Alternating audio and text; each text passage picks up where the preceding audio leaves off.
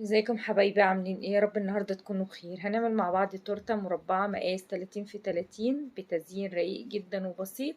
هنعمل التورته دي بابسط طريقه ممكن اي حد يقدر يعملها وافكار بسيطه جدا. يا ريت اللي يعجبه الفيديو يكمل معايا الفيديو لغايه الاخر، ولو عجبكم الفيديو ما تنسوش تعملوا لايك واشتراك وتفعلوا الجرس. في بولة العجان هكسر 3 بيضات، وهحط 350 جرام دي اسبونج جاهز. انا في التورته دي انتوا عارفين في فيديوهاتي كلها يعني بحب ان انا استخدم دي الاسبونج الجاهز. انا جبته بالفانيليا وبعد كده هحط له كاكاو.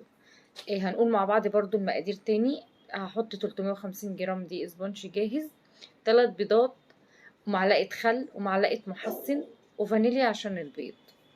بعد كده هرفعهم على العجان، او لو عندك مضرب كهرباء ممكن ينفع جدا. بيتخلط عندي لغاية ما القوام يبقى يعني يبقى كريمي بالشكل ده. بعد كده بضيف حوالي معلقة ونص كاكاو خام. انا بستعمل كاكاو خام اسباني، ده بيبقى انضف نوع، بيخلي الكريمة طعمها حلو جدا، او الاسبونج. بس بعد ما بحط الكاكاو برضو بحاول ان اخلط الخليط كويس قوي، وبعد كده بكون مبطنة صاج مقاس 40 في 40. بضيف عليه، يعني انا هعمل المقدار ده هكرره مرتين. بصوا جبت ورقة زبدة بالشكل دوت. انا بحط ورقة زبدة، ما بدهنوش اي مادة دهنية، لكن يعني يا دوبك بخلي الصاج فيه نسبة مية بسيطة وبفرد عليه ورق الزبدة. بفرد بالشكل دوت الكيك بتاعي اللي احنا هنخبزه.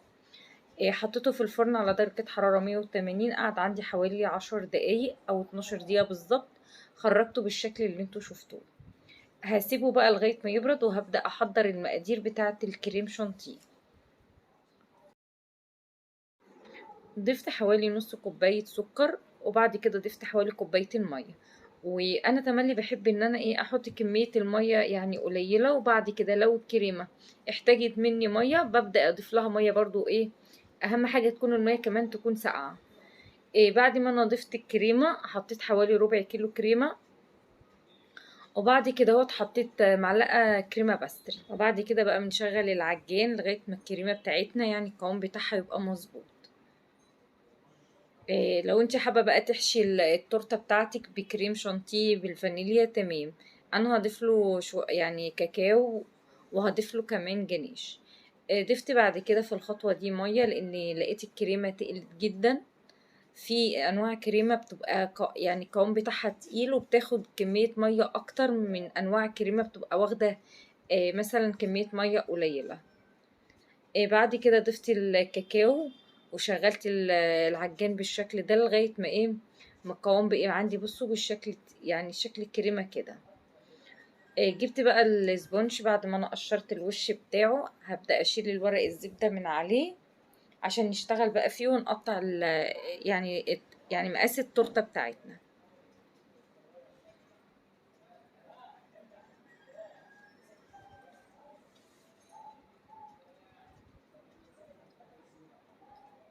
بصوا انا جهزت كده التورته معايا بالشكل ده. هاخد بقى المقاس حسب القعده، طبعا هي بتبقى 30 في 30، لكن هي طبعا بنعملها على قد القعده بالظبط بتاعه التورته. اخدت المقاس بالشكل دوت وبدات اقطع المربع بتاعي. والجوانب اللي هتزيد دي هنعملها طبقه تالتة. بصوا كده اول طبقه بالشكل ده. اخدت بقى 3 طبقات بالشكل دوت. بصوا هقطع الجزء ده عشان اخد برضو الطبقه التالتة. الطبقة التالتة يعني ممكن اللي هي الطبقات اللي هي الزيادة دي بتتحشي في النص. جبت القاعدة بتاعت التورتة بتاعتي، بدأت احط حتة كريمة بالشكل دوت عشان اهم حاجة نثبت التورتة بيها. خدت اول طبقة. كنت محضرة بقى اللي هو الشربات او العسل اللي احنا بنبقى حاطينه. كوباية سكر وكوباية مية وبنغليه على البوتاجاز، بياخد غلوتين وبنرفعه لغاية ما يبرد، بنسقي بيه الكيك بالشكل دوت. بعد ما انا ضربت بقى الكيك اللي بالشوكولاتة، الكريمة سوري اللي بالشوكولاتة، بدأت افردها بالشكل دوت على الكيك كله.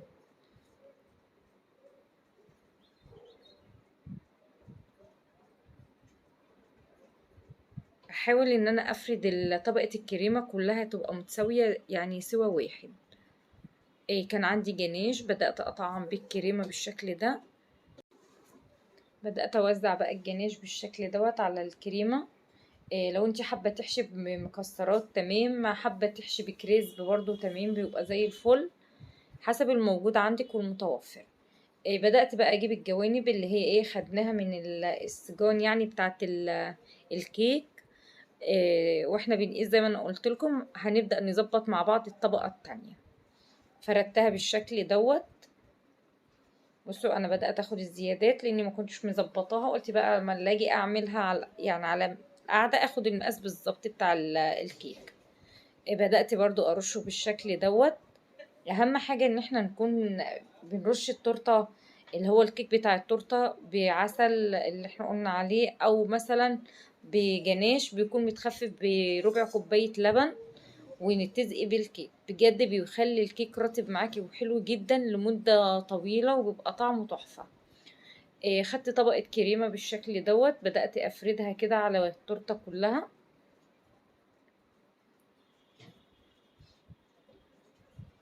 بعد كده برضو حطيت طبقة جناش تاني.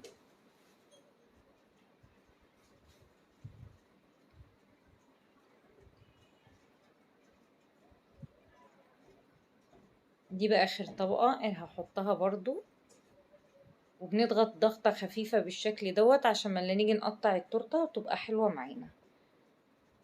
بصوا بساوي الحروف بتاعتها عشان في التجليس يعني يبقى مظبوط معايا وما تتعبنيش وتاخد كمية كريمة برضو كتيرة منك.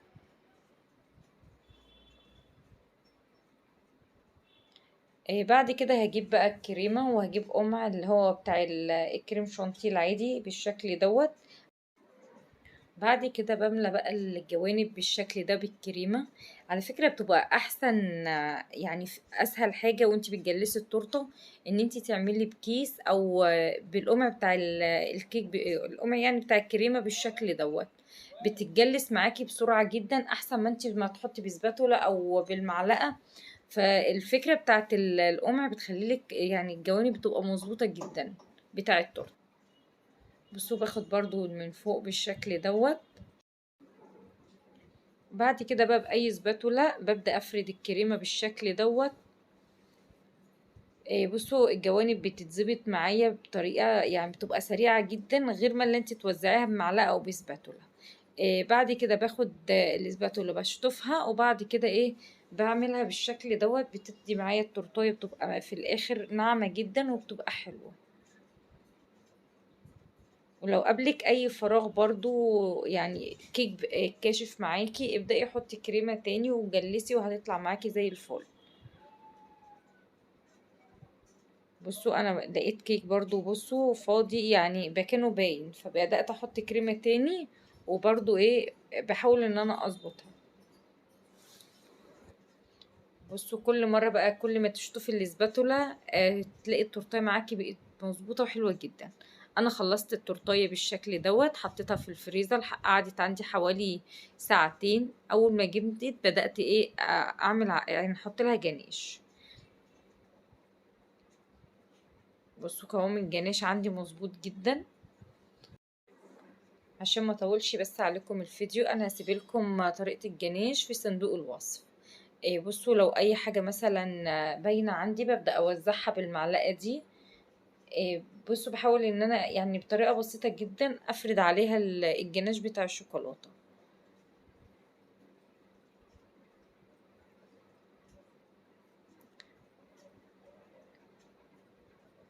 بعد ما وزعت الجناش بالشكل ده حبيت ان انا اعمل لها دريبات.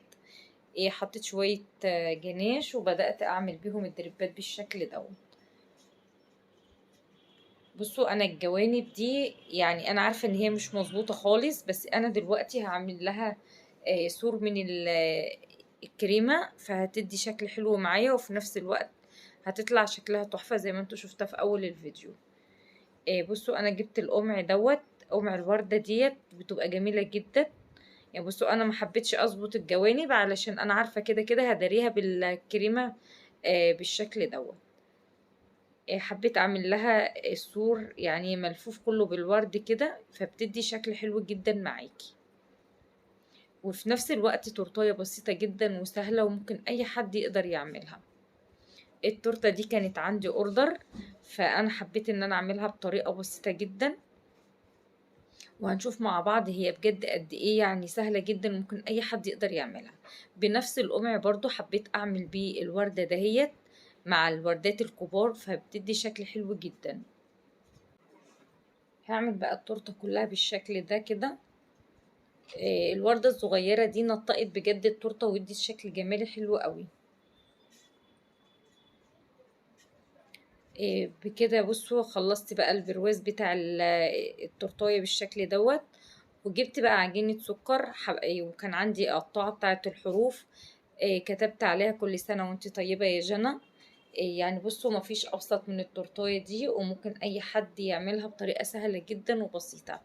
أنا في فيديوهاتي كتير بقول إن أنا بحب أديكوا أفكار ممكن من كذا فكرة انت تطلعي منها شكل تورتة حلو جدا، وهيبقى حلو ومميز بجد لانك انت كمان عاملاها بايدك وعاملاها بكل حب، فهتطلع معاكي حلوة جدا. انا بعمل الفيديوهات دي اكتر، يعني بحب ان انا اساعد اي حد يكون مثلا حابب ان هو يشتغل، او حد مثلا عايز يعمل تورتيه لبنته او ابنه، فبحاول ان انا بوسط لكم يعني الفيديوهات بتاعتي على قد ما انا اقدر. بصوا كده انا رصيت الحروف بالشكل دوت، بجد ادت شكل حلو جدا معايا، وفي نفس الوقت كانت تورته سهله جدا وبسيطه وما فيهاش اي تعب ولا اي مجهود. عملت قلب بالشكل ده بورق الترانسفير، حطيت واحد من فوق كده واحد من تحت جنب الحروف، فخلت التورتيه معايا شكلها جميل جدا. كان عندي كريسبات بيضة، اللي هو الكريسب الصغير دوت، حبيت ان انا احط فيه على الوردات الصغننه كده، فادت شكل جمالي للتورته. بصوا كل ما انت بتعملي خطوه في التورته بجد بتخلي التورته معاكي بتفرق كتير جدا.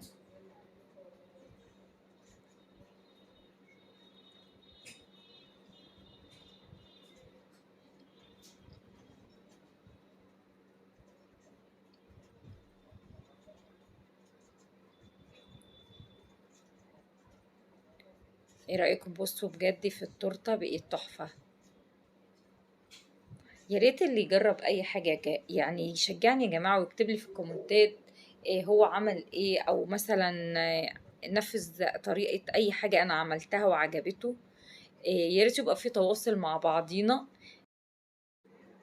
وبكده بقى التورته بتاعت النهارده بتاعتي خلصت. يا ريت يكون فيديو النهارده عجبكم واستفدتوا منه حتى لو كانت معلومه بسيطه. لو عجبكم الفيديو ما تنسوش تعملوا لايك واشتراك وتفعلوا الجرس.